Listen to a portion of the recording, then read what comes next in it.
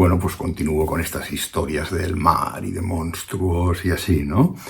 Entonces, bueno, habíamos quedado, había contado lo de Gilgamesh, lo de Punt, la expedición de la reina Hatshepsut. Solo quería hacer un apunte, que es que según las tablillas que se van encontrando de Gilgamesh, porque claro, es una obra, es como casi como un work in progress, porque cada año o cada X tiempo se van encontrando tablillas que van cerrando esas lagunas que quedan en el relato, ¿no? Porque en él se habla de este barco, o este navío, con el que Upanishad desafió el diluvio este famoso universal, que es muy anterior a la narración en la Biblia. Es decir, la Biblia está inspirado, copiado, o vais a saber, en este relato del antiguo Uruk, ¿no? de la antigua ciudad sumeria. Y entonces es muy interesante porque en él ya se ve este tipo de este navío, porque claro, está todo no se sabe muy bien. Estaba hecho con que las tablas que lo componían estaban unidas con fibra de coco, con una fibra vegetal, que eso es lo mismo que los veleros de los dhows famosos árabes que surgieron muchísimo tiempo después, ¿no? Entonces también hay una narración, que es el periplo del mar Eritreo, que es de un capitán griego alejandrino que recorrió toda esa zona. Hablaba incluso ya que habían algunos asentamientos, ¿no?, de gentes de la Arabia del Sur. Porque esto es lo que ocurre con el Océano Índico, que es un mar, que es un océano, perdón, que a diferencia de los otros dos grandes océanos, que son el Atlántico y el Pacífico, no está abierto a los dos polos. Entonces yo ahora no soy ni geógrafo ni físico, no sabría explicar el por qué suceden unos regímenes de vientos muy distintos. Porque si nos fijamos en el mapa del Océano Índico, tiene forma de M. Y este valle sería la India, ¿no? Pero no está abierto al océano Ártico, solo a la Antártida. Entonces eso provoca un régimen de vientos muy distinto. Y son unos vientos que son muy regulares, y hay dos estaciones principales, son los llamados monzones. Hay una que sopla desde el noreste hacia el sudoeste, si lo estoy diciendo bien, durante unos meses, y para un par de meses o lo que sea, y luego se invierte la tendencia. Gracias a este régimen de vientos, en el Océano Índico se podía navegar siempre que se conociera este secreto, que era llamado el secreto de los monzones, que incluso en alguna época se decía que estaba pagado por la muerte, porque había muchos pueblos, sobre todo de la Arabia Feliz, del sur de Himyar, Hadramaut, incluso Saba, no se sabe exactamente, pero hasta cierto punto, y entonces ellos podían navegar a voluntad en el océano, porque conocían este secreto, y ellos sabían que durante unos meses podían viajar hacia Oriente lejano. Incluso en el siglo IX llegaban a la mismísima China. Y luego, cuando se invertía la tendencia, pues podían ir a las costas de África. Entonces se intercambiaban, de África oro, pieles de animales salvajes, plumas de avestruz y de otras aves, esclavos también. Y todo eso se intercambiaba por productos de Arabia, como eran las limas secas, tejidos de lana, sobre todo, dátiles, salazones de tiburón y de pescado, que eran muy importantes, y luego ya porcelanas de la China, gemas, especias, sobre todo las especias, porque crearon ese monopolio que tenían los árabes absoluto en el Océano Índico, ¿no? Esto ya desde épocas muy tempranas. Pensemos, por ejemplo, que el reino de Saba llevaban el incienso y la mirra hacia el norte. Habían la reina de Saba, la Belkis de los árabes, y cerró un trato con Suleimán, con Salomón, que era el rey de Israel y profeta para los musulmanes. Entonces, bueno, esto se ha hecho mucha historia, se ha novelado mucho, que aquellos amores intempestivos que tuvieron los dos, otra vez el machismo heteropatriarcal, etcétera, que ha querido presentar a la reina de Saba como una mujer extremadamente sensual y sexual que quiso conquistar al profeta y todo eso, ¿no? Y cuando lo que era una mujer de negocios buenísima, era una reina fantástica, la mejor reina que tuvo la Arabia del Sur, importantísima. Basta ya otra de estas interpretaciones que se hace de la historia, como Cleopatra también, como una mujer perdida por su sensualidad cuando era una gran estadista, al igual que Belkis, ¿no? Porque ya he dicho en el otro capítulo, ya se sabe, ¿no?, la importancia que tenían todas estas resinas en la antigüedad, sobre todo, ¿no? Y entonces de algunas zonas de Omán y del Yemen, y sobre todo este misterioso país de Punt, que no se sabe exactamente nunca dónde ha estado, podía ser en Somalia, en Somalia, que también crece incienso, pero yo creo que Socotra, porque allá sí que se da en una abundancia tremenda. Y entonces todas estas sustancias iban a lo que hoy es el Hadramaut, pero en aquella época aún era Saba, y de ahí pues en caravanas ya se iban y se distribuían hacia el norte.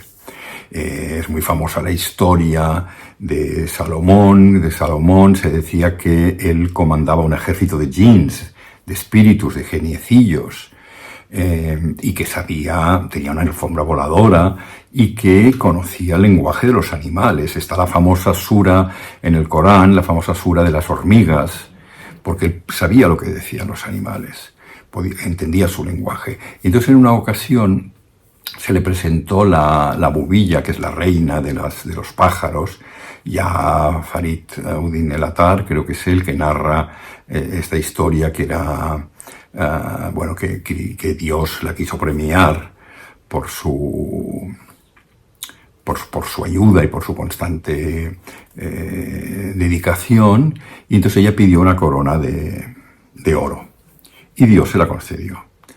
Pero claro, pesaba tanto que la cabeza se le quedó torcida, ya no podía ni andar, ni moverse, le dolía las cervicales. Bueno, no sé si los pájaros tienen cervicales, supongo que sí. Bueno, estaba como destrozada, y entonces le pidió a Dios, por favor, que ya no, que quizás había sido demasiado soberbia y que no quería esa corona. Y entonces Dios le concedió la corona, pero de plumas preciosas, que es lo que es la bubilla, ¿no? Bueno, pues la bubilla, y ahora mentiría si diría que fue por el suceso que voy a narrar a continuación. Yo creo que sí, pero tampoco como no estoy muy seguro, no lo voy a afirmar rotundamente. Bueno, pues estaba la bubilla, que siempre era muy curiosa, y de repente un día vio como un templo, y en un agujero, había como un agujero por donde salían todo el incienso y todo lo que se quemaba a los dioses. Y entonces ahí vio una reina bellísima, con muchísimos bienes y oro y tal, en un trono. Y entonces se lo contó al profeta. Y el profeta vio que era... la creyó, porque por supuesto la creía, ¿no? Y entonces, dando 2 palmadas, convocó a los jinns para que le trajeran el trono de la reina Belkis. Y llamó a Belkis, que se presentó ahí. Hay algunas tradiciones que dicen que puso una lámina de agua porque unos genios, unos demonios celosos le dijeron que no era realmente una reina, que era un demonio y que tenía las patas de cabra. Por tanto, cuando ella se presentó ante el rey Salomón, el profeta Suleimán de los musulmanes, se tuvo que levantar un poquito las faldas porque no quería mojarse con aquella agua. Y entonces Suleimán vio que tenía unas piernas bellísimas y que no era ningún demonio, ni patas de cabra, ni nada. Bueno, pues entonces cerraron este acuerdo comercial, porque lo que ocurría es que los israelitas no fueron nunca grandes navegantes. No navegaban ellos. Los sabeos sí, los árabes del sur sí eran buenos navegantes, porque conocían el secreto de los monzones, del que hablaré más tarde, ¿no? Pero el Mar Rojo era muy temido porque estaba lleno de piratas. Entonces decidieron que era mucho mejor hacer unas rutas comerciales que beneficiarían tanto a Saba como a Israel, y que recorrerían todo lo que es Arabia Saudí, los reinos que más tarde serían los nabateos, etcétera, y todo eso, una ruta comercial que fue muy, muy exitosa y que proporcionó grandes beneficios a ambas partes, ¿no?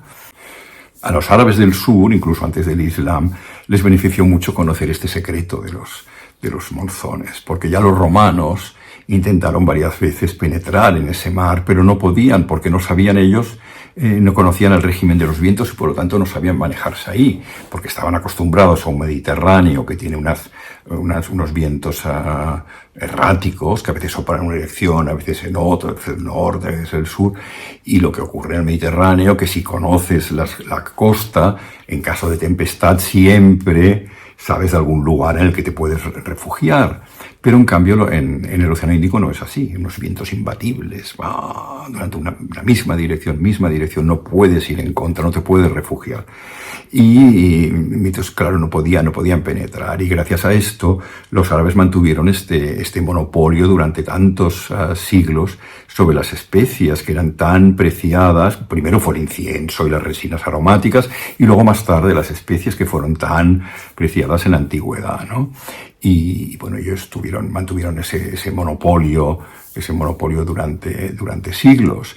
Y luego a ellos les interesaba mucho, que aquí viene una cosa que es bastante interesante, a diferencia, por ejemplo, de los griegos, que tenían una especie de bitácora, como es el mismo periplo del mar Eritreo que he mencionado antes, que va explicando todo lo que va viendo a lo largo de la costa, y es como una ayuda para otros navegantes. A los árabes no les interesaba esto. Primero porque tenían estas naves que en otro océano hubieran durado 3 días, pero en el Índico, al conocer el régimen de vientos, podían desplazarse a voluntad, siempre según la época, evidentemente. Y entonces esto les proporcionó una gran ventaja sobre los otros pueblos. Pero debían difundir, no podían difundir este secreto. Entonces ellos lo que hicieron es explotar esto que ellos llaman el sir, el secreto. Incluso difundían bulos. Difundían mentiras, defendían exageraciones de islas misteriosas que salen. Estas islas también están en la Odisea y en los relatos de Simbad, ¿no? Unas islas que se hundían y desaparecían, como eso lo hacían para asustar a los navegantes, ¿no? Y la isla magnética que atraía a las naves, y entonces les arrancaba uno a uno los clavos que unían, que ensamblaban la nave. Entonces la nave, claro, se deshacía y desaparecía, ¿no? Dicen, puede ser, por ejemplo, Socotra, esta isla con estas montañas altísimas, tan altas, que hacen que ahí surgen las nubes de repente, como en esos documentales que vemos en National Geographic, así que de repente se empiezan a formar nubes. Pues allá, según los días, o casi cada día, todos estos dedos de granito que se alzan al cielo, donde se dice que vivía Urano, el titán Urano, el padre de Cronos, que como era una déspota, Cronos, que era su hijo, lo asesinó. Y luego Cronos, a su vez, fue enviado al Tártaro, abajo al inframundo, por Zeus, ¿no? Y así se acabó con los titanos y empezaron los dioses griegos y tal. Bueno, pues esta isla de repente se cubre de nieblas y desaparece. Y entonces los barcos que se acercan, es terrible porque es una isla que no tiene refugios naturales, y durante el monzón, entonces cualquier nave que se acercara pues estallaba contra los arrecifes y morían todos. Y por eso se dice que puede ser uno de los... que la leyenda esta de la isla magnética podría estar también basada en Socotra. Bueno, a los árabes les interesaba mucho difundir estas noticias, estas exageraciones sobre el Averroch, el ave esta enorme que con sus garras, podía coger elefantes y rinocerontes y se los llevaba a sus crías. También estaba el ave fénix y también se decía que los socotríes, por ejemplo, eran grandes nigromantes y que eran magos y que podían disponer de los vientos a su voluntad. Es decir, se hablaba de 1000 historias. Entonces, entre una época entre el monzón de invierno y el de verano, pues a veces había como 2 meses o así que permanecían los marineros ociosos en puerto, se dedicaban a calafatear bien los barcos, y entonces contaban historias de leyendas que les encantaba. Ya sabemos los árabes que les encanta la narración oral y todo eso. Y entonces se dice que las historias de Simbad el marino, del que ya hablaré, pues tienen mucho que ver con todas las historias que se contaban. Incluso está este Buzurg, que era un marinero persa, un capitán persa, se supone, que se dedicó a recoger todas estas historias en su libro Kitab al-Ajaib al-Hind, el libro de las maravillas de la India. Bueno, es algo realmente muy interesante, pero yo creo que ya he hablado demasiado hoy y que ya lo contaré en el capítulo próximo. Entonces os quería agradecer a todas y todos vuestra atención y sobre todo que si os ha gustado que le deis al like y a la campanita esa que hay por ahí para que os avise el domingo próximo cuando cuelgue el nuevo vídeo. Pues estoy encantado de esta segunda temporada y estar de nuevo con vosotros y hasta muy, muy, muy pronto.